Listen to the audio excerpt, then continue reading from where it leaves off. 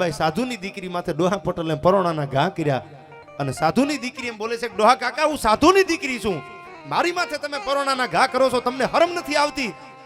અને ડોહા પટેલને ઓડે આંખું આવેલી. અને તમે જોજો મોળુભાઈ, ઓડે આંખું આવે ને એને કોઈ દી હવળું હુજે નહીં. કારણ આ નાગબાઈ આપાભાઈની જે ચરજ હતી તમે ઘણા આમાં સાંભળ્યું છે કે નરસિંહ મહેતાને જ્યારે માંડલી કે બહુ હંતાઈપા તેથી આપાભાઈ કીધું છે કે સંત ચારણનો છેડીએ જેની વડવા યુનો જાય પછી ઓલવા હે નહીં કોઈથી તારું ભડકે બળશે રાજ. આ જુનાણું એક દી ભડકે બળતું છે, તું રેવા દે બાપ, માંડલિક માની જા.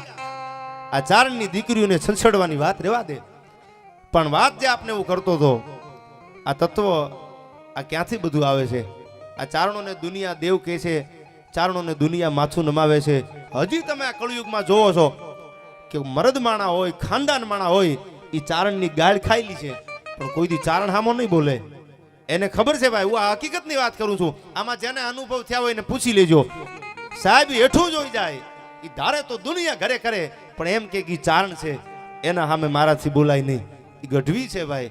આટલો મર્તબો હજી આ સમાજનો દુનિયા રાખે છે. શું કામ રાખે છે?